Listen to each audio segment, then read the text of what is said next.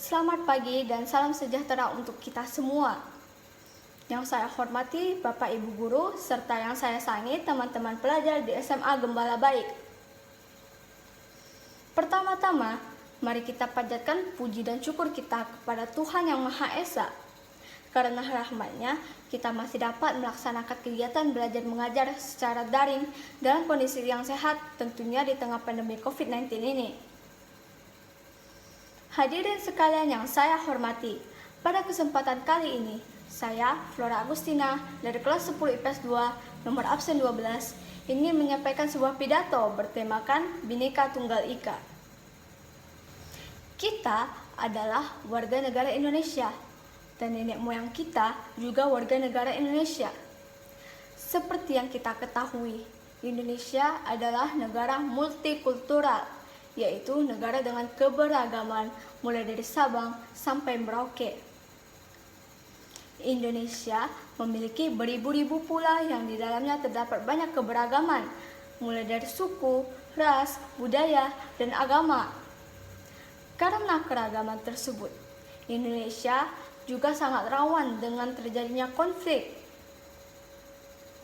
Seperti yang kita ketahui saat ini di media massa, banyak sekali konflik di negara kita ini, terutama mengenai kesatuan dan persatuan. Karena masyarakat yang intoleran dan tidak mau menghormati suku lain. Contoh-contoh konflik yang terjadi adalah banyaknya teroris yang berusaha menghancurkan dan memecah belah kesatuan persatuan Republik Indonesia.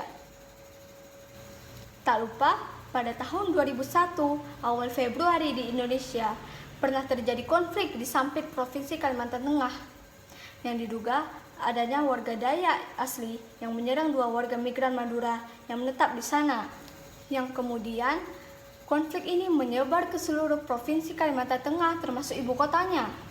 Selain menyebabkan banyak kerugian harta benda, tempat tinggal, hingga kendaraan, konflik ini juga merenggut banyaknya jiwa. Konflik antara suku Madura dan suku Dayak tercatat menyebabkan kematian 500 orang, sebagian besar berasal dari suku Madura, yang 100 orang diantaranya juga mengalami pemenggalan kepala oleh suku Dayak. Pemenggalan ini dilakukan suku Dayak karena mereka ingin mempertahankan wilayah yang saat itu mulai dikuasai suku Madura. Pihak kepolisian setempat sebenarnya sudah menangkap orang-orang yang dianggap dalang dari kerusuhan. Namun, setelah ditangkap, kantor polisi justru dikepung oleh suku Dayak yang meminta polisi membebaskan para tahanan. Hingga 10 hari kemudian, polisi pun menerima permintaan mereka dan bebaskan para tahanan. Sejak konflik itulah, setidaknya ada 100.000 warga Madura yang kehilangan harta dan tempat tinggal mereka, karena mereka terpaksa kembali ke kampung halaman mereka, yaitu di Pulau Madura. Selain konflik yang saya jelaskan tadi, ada sekelompok orang yang mengatasnamakan sebuah organisasi untuk memisahkan diri dari Indonesia saat itu, yang bernama GAM atau Gerakan Aceh Merdeka. Selain karena sejarah panjang tersebut, diskriminatif yang dirasakan oleh masyarakat Aceh pada masa Orde Baru yang juga dianggap sebagai pemerintahan Jawa, karena dipimpin oleh orang Jawa dan tinggal di Jawa, kembali membuka luka lama yang memicu meningkatnya rasa rasisme dan kecurigaan antara kedua suku. Kembali lagi ke awal tadi, kenapa akhirnya mereka membentuk organisasi Gerakan Aceh Merdeka dan memutuskan memisahkan diri dari negara Indonesia? Ini disebabkan karena mereka menganggap perhatian yang diberi pemerintah tidak sepadan dengan jasa-jasa perjuangan masyarakat Aceh pada zaman dahulu. Karena konflik perbedaan GAM dan RI tersebut menyebabkan jatuhnya 15.000 korban jiwa. Tentunya hal ini sangat tidak kita hendaki, karena para leluhur kita dengan susah bersemangat juang tinggi memperoleh kemerdekaan ini. Kita sebagai penerus bangsa harus menjaga keutuhan NKRI. Saya akan menyampaikan beberapa poin yang dapat membantu kita sebagai pelajar untuk menjaga persatuan negara kita, Republik Indonesia.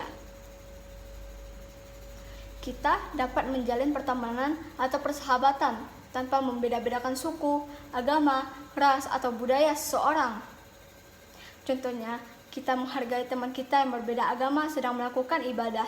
Kita menghargai teman kita yang sedang berpuasa atau menemani teman baru berbeda warna kulit dan ras yang berpindah ke sekolah kita, bukan malah mengejek atau mengolok-olok orang tersebut.